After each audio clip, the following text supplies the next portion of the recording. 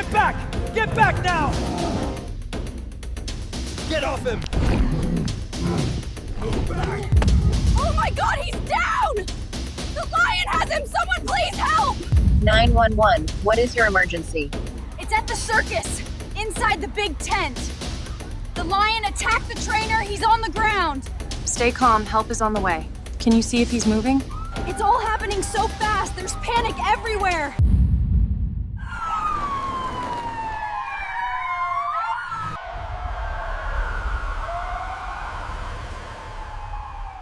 The dazzling lights of the circus tent flickered above as the roar of a lion cut through the cheers, twisting joy into terror. For the crowd, it had begun as an evening of spectacle, a man commanding the king of beasts, a performance polished to perfection. But beneath the glitter and music, something darker had been waiting, an instinct that no applause could silence. Under the tent, illusion was everything until nature tore it apart. The final moments of trainer Amir Khan shocked the world, not because such tragedies were impossible, but because they had always been too possible. Big cat attacks in circuses have happened for decades, warnings buried beneath the glow of the spotlight. Audiences believed in mastery. The animals remembered only survival. Tonight, we revisit those moments not for spectacle, but for truth. This is Animal Shock Stories. Subscribe for more real accounts of human encounters with the wild, and share your thoughts in the comments. Were these tragedies inevitable, or were the warnings simply ignored? These are true stories. Amir Khan was a man who seemed carved from discipline itself, a figure in his mid-40s whose lean frame carried not only the strength demanded of his profession, but also the quiet poise of someone who had long ago learned to breathe calmly in the presence of danger. His colleagues often remarked that there was a stillness about him, a steadiness that radiated even when he stood within arm's reach of a predator that could, in a single breath, decide to reduce him to prey. Audiences adored him, not only for the theatrical drama of his performances, but for the way he seemed to exude an almost magnetic calm. When Amir stepped into the ring, the chaos of the crowd softened. Children, who moments before had been chattering loudly, now sat silent in awe, their eyes fixed on the man who looked as though he had stepped into a storm, yet walked without fear of lightning. He was not a showman in the traditional sense, not one who relied on flourishes or bravado, but a figure who projected quiet command. His gestures were minimal, his voice rarely raised, yet the lions moved as if tethered to his unspoken rhythm. To his colleagues, Amir was both mentor and enigma, a man who never boasted of his accomplishments and never spoke harshly of the animals, even after the rare moments when training turned volatile. They described him as a listener, not just of people but of the subtle language of creatures, his eyes always scanning, his breath always measured, as if he were reading patterns invisible to others. Audiences who saw him perform spoke of a kind of reverence, a sense that the man in the ring was not merely orchestrating a spectacle, but conducting something ancient, something primal, a communion between human patience and wild instinct. The metaphor often whispered about him, passed along by circus staff, and repeated by journalists who wrote glowing profiles, was that Amir walked daily with fire yet never let his hands tremble. He was a man who stood at the edge of the flame and somehow never burned. And while the spotlight magnified his image into myth, Amir himself remained quiet outside the ring, retreating after shows to solitary corners, writing notes in his journal, or sharing soft words with the very animals that had roared moments before beneath the glare of floodlights. To children in the audience, he was a magician, to adults a craftsman of impossible control, and to those closest to him, he was a man who carried the weight of his work not with pride, but with solemn duty. Every step he took into the sawdust circle seemed to affirm a life's philosophy, that respect, calm, and vigilance were stronger tools than whip cracks or shouted commands.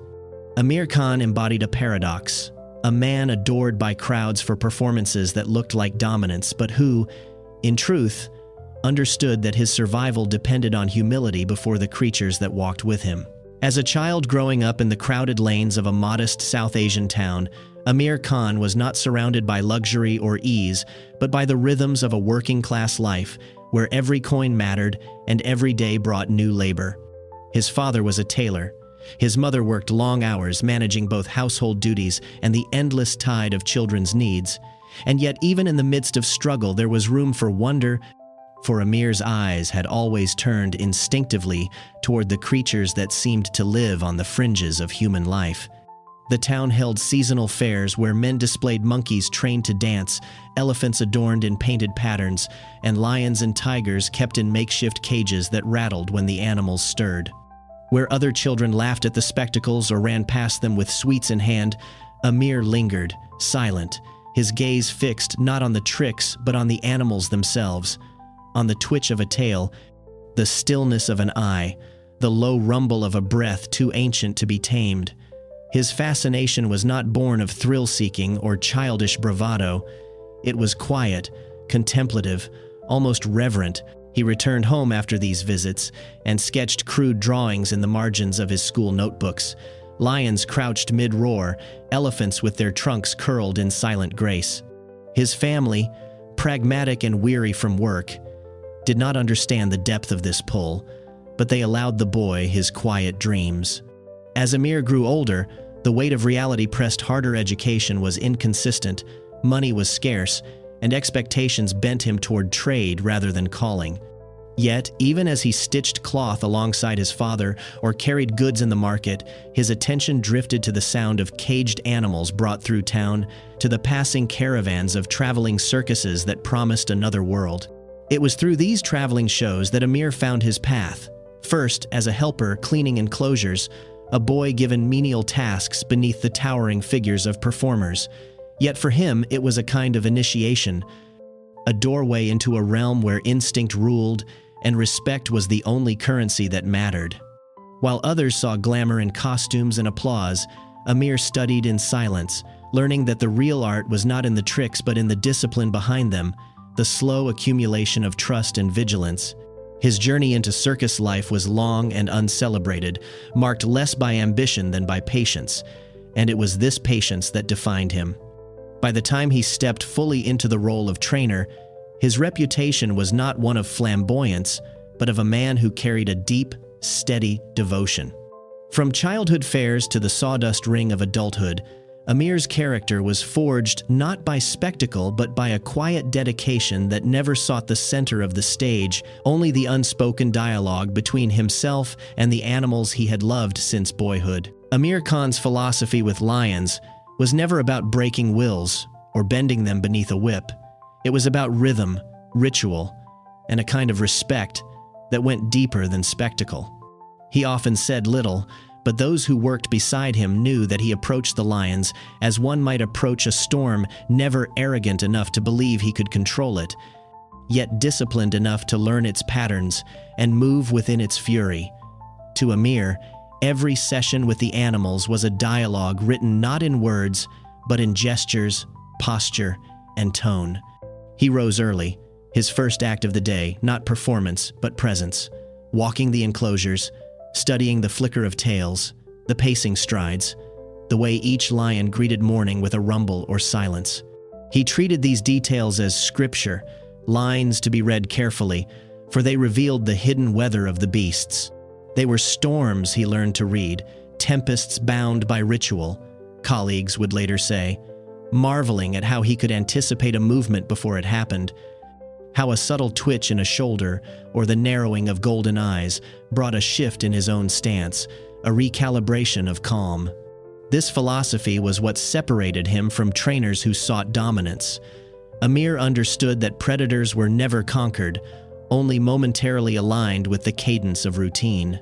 He repeated patterns not for applause but because repetition was safety, a language lions could recognize and accept. Yet beneath the repetition lay the truth. Predator and master were bound in an eternal balance, each reliant on the other, neither truly sovereign. In the sawdust ring, audiences saw obedience, but Amir knew it was never obedience. It was a fragile choreography in which he played his role as carefully as the animals played theirs. The whip he carried was symbolic, seldom cracked, more a relic of expectation than a tool of force. His real power came from his stillness, his measured breath, his ability to move with unwavering patience. He never forgot that the lions were older than man's illusions, their instincts carved into them by millennia of survival, and he respected that inheritance. The symbolism was plain to him. They were predators. He was the interloper, and the line between balance and chaos was as thin as the silence before a roar. Amir embraced that fragility not as a fool's gamble but as a life's work, a devotion built on the acceptance that mastery was never absolute, that ownership was an illusion, and that every moment in the ring was borrowed time, granted only by the forbearance of the wild. It was this philosophy that elevated him in the eyes of those who watched, for they sensed, even without knowing, that the performance was less about control and more about coexistence balanced on the edge of inevitability. The circus, at its heart, was a theater of illusions, and none more potent than the spectacle of man standing before the lion. Under the canopy of striped fabric, the audience gasped and applauded as Amir Khan extended his arm and the massive cat lowered its head or leapt at his signal. To the families seated in the rows of benches, it looked like mastery, like human command over nature itself, a victory of reason and training over primal instinct. They saw obedience where in truth there was only routine, patterns rehearsed into muscle memory rather than loyalty, movements born not of trust but of repetition etched into the lion's body through time. The crowd, eager for astonishment, rarely stopped to consider that each leap through a hoop, each pause before a crouch, was not an act of devotion but of habit, a fragile alignment that could shatter with a single misstep. Amir knew it, though he never spoke of it to those beyond his circle, and his colleagues knew it too. They whispered of nights when one lion snapped its jaws inches from his hand, when another, startled by a torch's flare, pivoted with a suddenness that froze the ring in breathless silence. These moments, unsettling in their immediacy, were dismissed to the audience as drama, part of the act, and even applauded for their danger. But within the ring, those who worked beside Amir understood the truth. Control was not ownership, it was only a performance in itself, one in which the man was as much a participant as the animal. He depended on the lion's willingness to follow ritual, not his authority, and in that dependency lay the hidden fragility of the spectacle. Yet the illusion was powerful. Children clapped with wide eyes, adults leaned forward in admiration, and the circus thrived on the story that man could tame the wild. Amir, calm in his stance, fed that illusion with his stillness, though he carried in his chest the knowledge that each performance was a negotiation with forces beyond him. Foreshadowed in the whispers of trainers, in the scars half hidden on his forearms, were the reminders that the ring was not a place of conquest, but of precarious balance. The audience never saw the split second when his body stiffened at the sudden shift of a paw, or the way his eyes flickered toward the edge of the cage as if tracing escape routes in silence. They saw control, and they believed in it, clapping louder as the lions roared on cue. Yet beneath the lights, beneath the pounding drums, lingered the truth Amir never denied to himself. It was all illusion, all theater, and one day, he knew, the act could end not in applause but in rupture. In the final months before the tragedy, those closest to Amir Khan began to notice subtle shifts in the rhythm of the rehearsals, the kind of changes invisible to the roaring crowds, but unmistakable to those who lived within the fragile ecosystem of the circus ring. One lion in particular, a great male with a golden mane that seemed to shimmer even under the dim backstage lamps, began to move with an unpredictability that unsettled even the seasoned handlers. Where once it had leapt on cue with seamless precision, now it sometimes hesitated, its eyes narrowing as though weighing its own will against the familiar routine.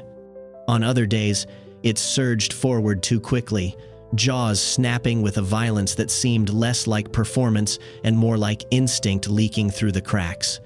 Amir, usually fluid in his adjustments, showed fleeting signs of hesitation, pauses so brief they could be mistaken for composure, but to those watching closely, they were the rare falters of a man unaccustomed to doubt.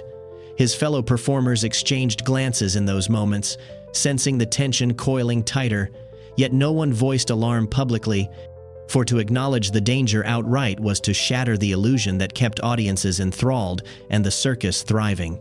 The show, after all, was built on the promise of mastery, and cracks in that promise were quietly plastered over with explanations. The lion was tired, the light too bright, the music too loud, but in Amir's eyes lingered something unspoken, a flicker of awareness that the balance was shifting, that the storm he had read so carefully for decades was beginning to write its own language. He still stepped into the ring with the same measured calm, still breathed evenly as he raised his hands in command, but inside him grew the recognition that respect and routine might no longer be enough to hold the line. Those who had known him longest described it later as a shadow growing beneath the spotlight, a presence invisible to the cheering audience but heavy in the air for those who could feel the weight of instinct pressing closer. And though Amir carried himself with the same lean grace, the same unshaken posture, the silence after rehearsals was heavier. His moments alone with the lions stretched longer, as if he were searching for answers in the subtle movements of creatures who owed him nothing. The warnings were there, quiet as whispers beneath the drumbeats, but like so many omens in the history of spectacle, they went unspoken, folded into the rhythm of a show that demanded the appearance of control, even as its foundation began to crack. The final day began like so many others, yet carried with it an almost imperceptible weight, a heaviness that threaded through the air backstage as Amir Khan prepared for the performance. In the dim glow of the dressing tent, he fastened the buttons of his ringmaster coat with deliberate care, the crimson fabric catching glints of light as though it carried its own pulse.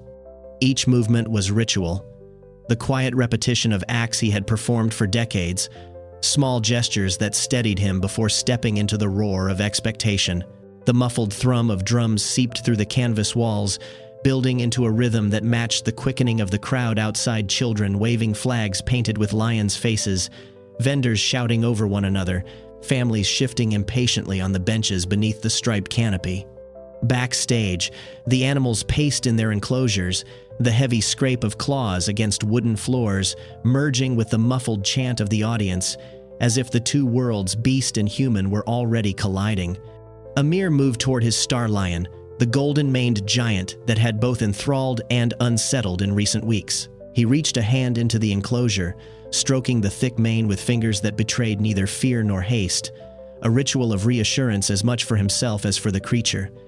His lips moved close to the lion's ear, whispering words only the animal could hear, a steady murmur that was calm in tone, yet taut in its undercurrent.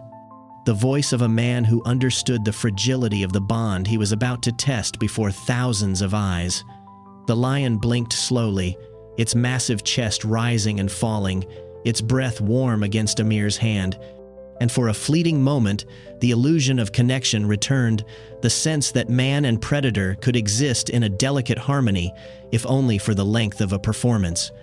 Outside, the drums rolled louder, the announcer's booming voice lifting the crowd into frenzy, the anticipation of spectacle hanging thick in the air.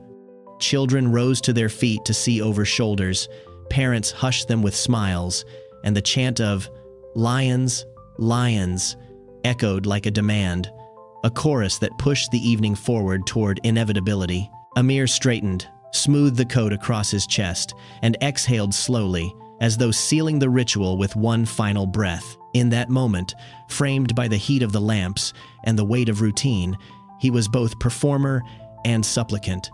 A man who carried the burden of illusion on his shoulders, yet knew with each passing heartbeat that what lay ahead was not mastery, but negotiation with the raw force of instinct. It was the calm before the storm, dressed in crimson and gold, a silence beneath the thunder of drums that no one else could hear.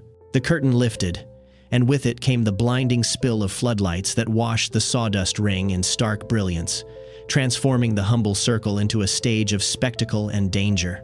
The lions entered first, one by one, their massive bodies gleaming under the harsh light, muscles rolling like living sculptures as they padded across the floor. Each pawfall sent up a faint puff of dust, the ring shimmering with an almost ethereal haze, as though the air itself anticipated what was to come. The crowd erupted in cheers, children standing on benches to see over the heads of adults, the sound swelling into a single tide of awe that pressed against the canvas walls.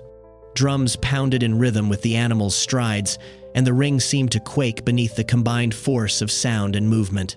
Amir Khan followed, his crimson coat vivid against the pale sawdust, his lean frame carrying the gravity of a man who had lived this ritual countless times.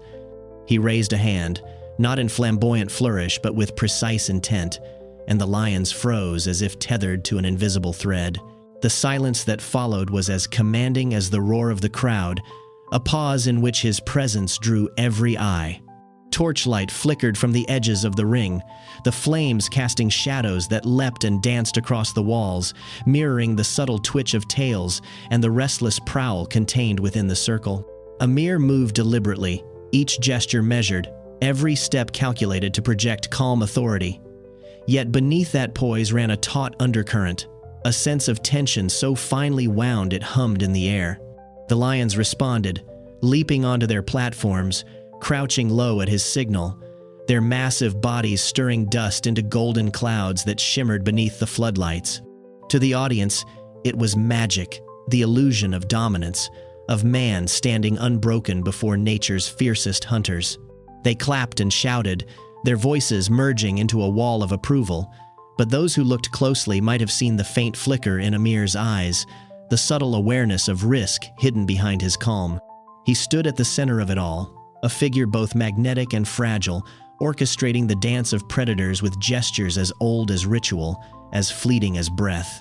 The performance had begun, and with it the delicate negotiation between spectacle and survival, each moment suspended in the glowing haze of dust, torchlight, and unblinking eyes. The act unfolded with the same precision that had captivated audiences for years. Yet on this night, a tremor ran beneath the surface, a ripple of unease invisible to all, but the few who knew how fragile the balance truly was.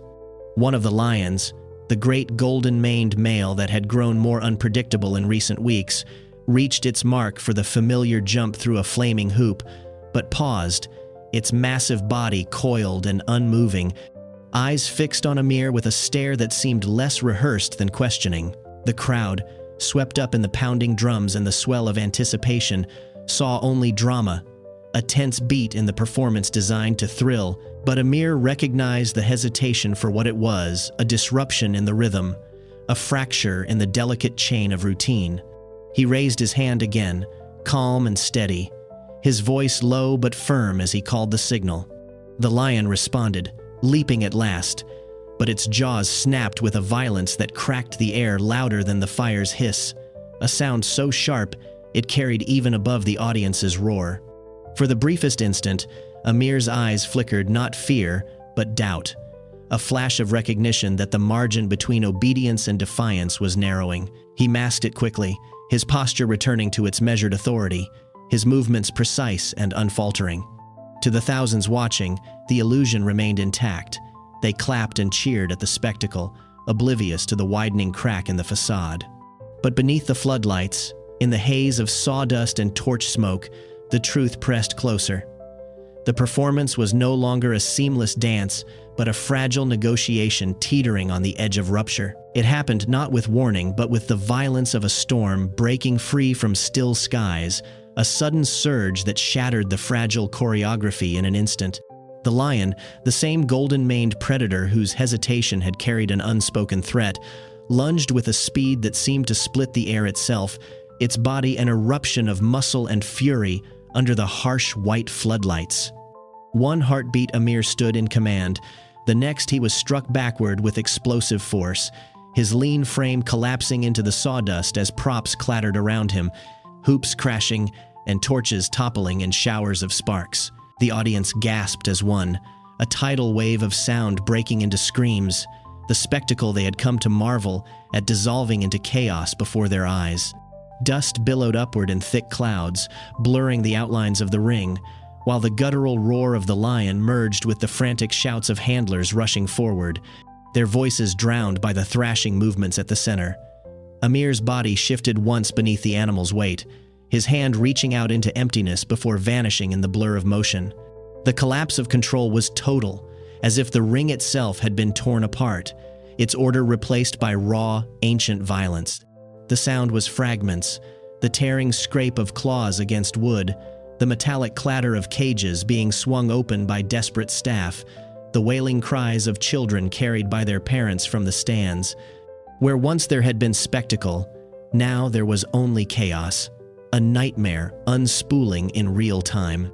The dust hung thick in the air, the torchlight flickering across it like fire through smoke, and in that haze the illusion of mastery died, stripped away to reveal what had always lingered beneath the surface, instinct unleashed, untamed, and absolute. When the frenzy finally ebbed, the ring was left in a silence so suffocating it seemed to press against the walls of the tent, swallowing the echoes of screams that had only moments before filled the air.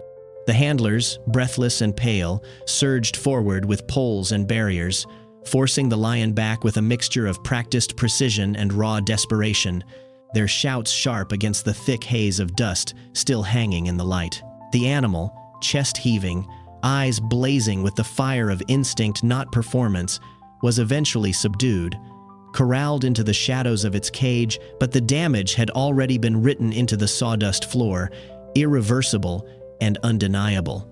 Amir lay where he had fallen, motionless beneath the unforgiving glare of the floodlights, his crimson coat torn and stained, the very costume of control now a broken reminder of its fragility.